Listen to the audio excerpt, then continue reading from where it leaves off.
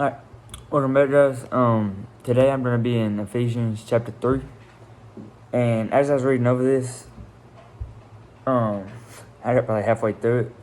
And when I read verse 7, it really stuck with me. And as I kept reading, I couldn't get that verse off my mind.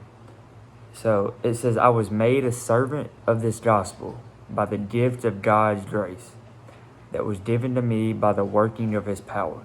So let's break this first down. So I was made a servant to this gospel. So the gospel is God's word. That's what the gospel is. It's the good news. And by the gift of God's grace. So we're all sinners. We all sin. And if you don't believe me, if you've ever lied, if you've ever looked at a guy or girl out of the normal way, like in a sexual way, you've sinned.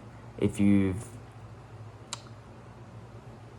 ever if you ever had hateful thoughts in your mind towards someone else, the Bible considers that murder. So my point is, everyone sins. I've sinned. My preachers sinned. My parents have sinned. My brother has sinned. We've all sinned. And without God's grace, we would be doomed to hell. But God's grace, he sent his one and only son to die for us.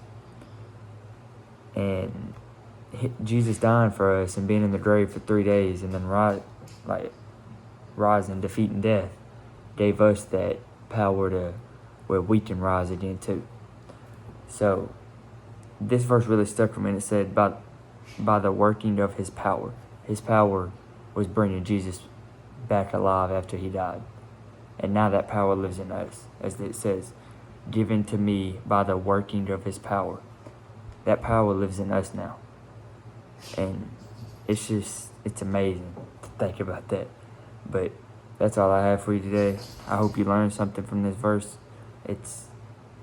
I know it's just one verse, but it's a powerful verse. But I love y'all and God bless y'all.